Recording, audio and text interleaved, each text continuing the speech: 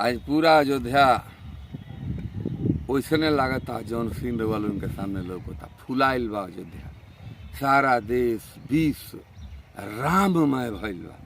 हम अपना भोजपुरियों का ओर से चाहतानी सबका के न्योता दिहल कि सब केहू जौन बा राममय हो जा।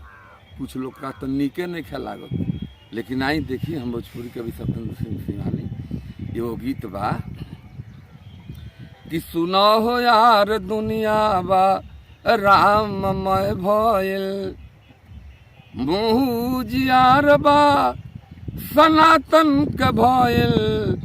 अरे सुनो हो यार दुनिया बा राममय भइल, रग रग में राम राग रंग में रंगाइल, रग रग में राम राग रंग में रंगाइल।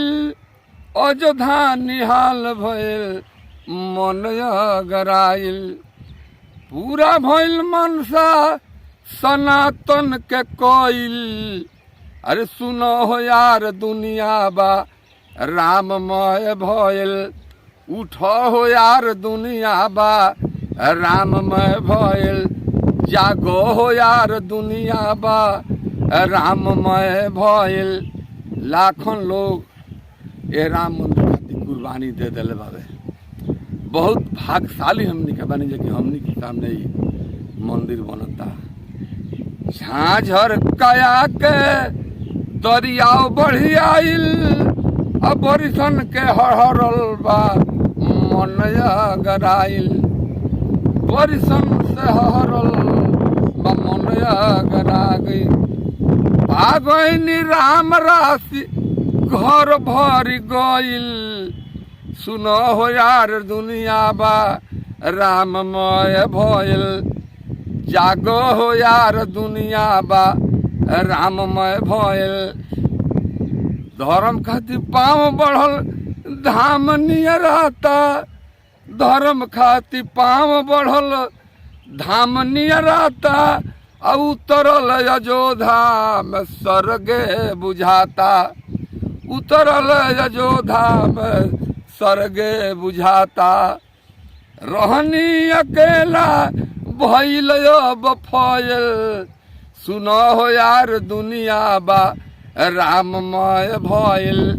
भगवान राम तमु में बहुत दिन रहनी है, बहुत दिन शासक भगवान राम सहनी है। खुशी के बात तो ई बा कि त्रेता के राम जी के संगी संघाती, त्रेता के राम जी के संगी संघाती। जामवंत रूखी का गीत संपाती, दशरथ के मित्र गीध वंशज जटायु के, दशरथ के मित्र गीध वंशज जटायु के। अयोध्या में वो लोग दर्शन हो गइल, सुनो हो यार दुनिया बा राममय भइल, जागो हो यार दुनिया बा राममय भइल, उठो हो यार दुनिया बा राममय भइल।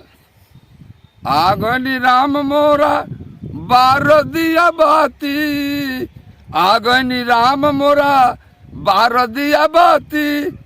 जागो जगावता वे शेर गुजराती, अरे धोव शिवानी अपना मनवा के मोइल, सुनो हो यार दुनिया बा राममय भइल, उठो हो यार दुनिया बा राममय भइल, जागो हो यार दुनिया बा राममय भइल, उठो हो यार दुनिया बा राममय भइल।